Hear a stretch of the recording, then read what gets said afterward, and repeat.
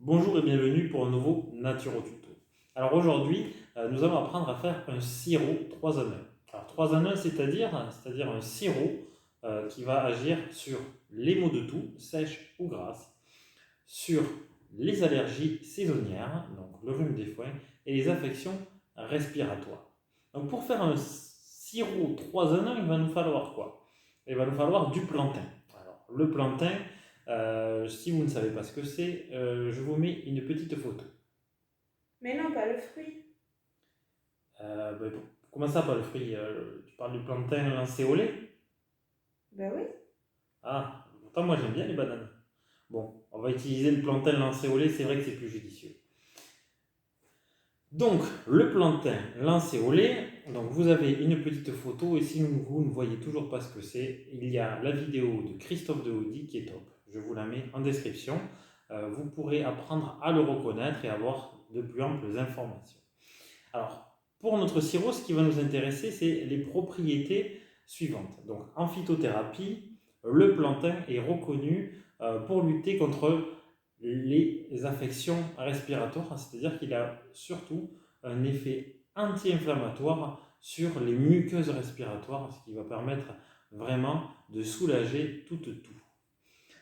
Il est aussi antiseptique et il est anti-allergique. Donc le plantain va avoir un effet contre le rhume des foins et on peut prévenir les allergies saisonnières grâce au plantain. C'est pour ça qu'on va le mettre dans notre sirop. Autre ingrédient, nous allons utiliser le miel. Alors le miel, tout le monde sait qu'il a des propriétés adoucissantes pour la gorge, mais moi je vais aller un peu plus loin car je vais utiliser le miel de thym. Alors pourquoi le miel de thym? Alors en fait, le miel de thym est plus riche que les autres miels en quercétine.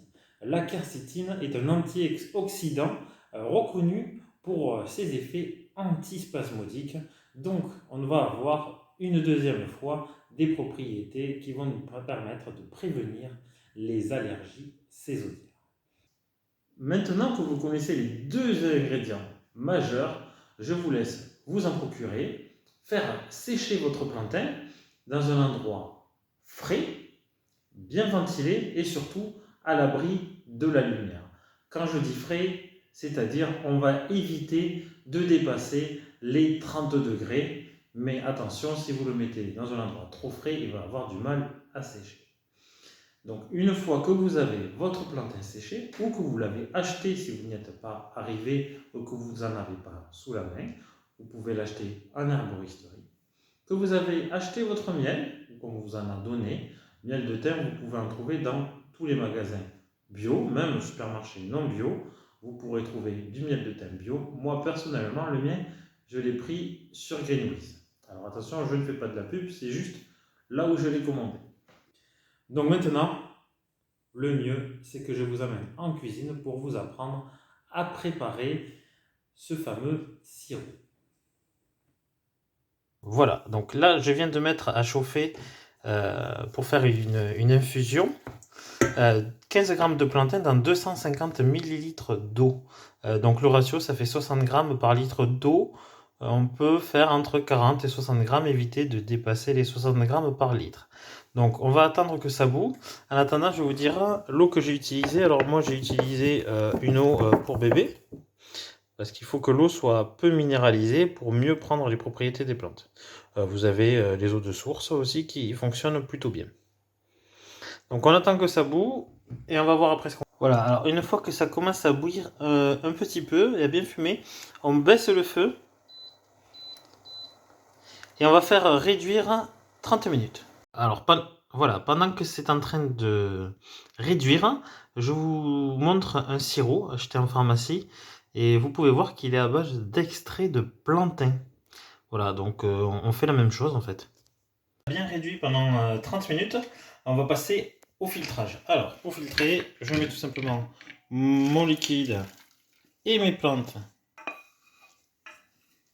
dans une passoire.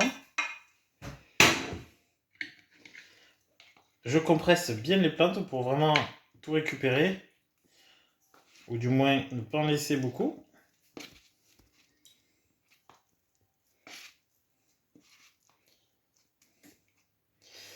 Et ensuite, je vais mesurer la quantité que je veux. Alors, dans notre cas, ça va être 100 ml afin de pouvoir mettre la bonne dose de miel.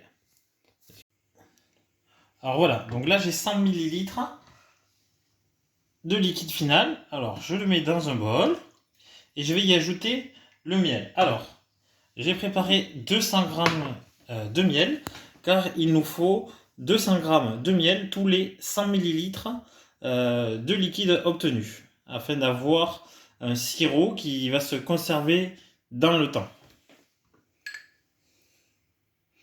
Donc là, mon liquide est encore chaud, donc mon miel va se mélanger facilement. Donc je mets tout mon miel.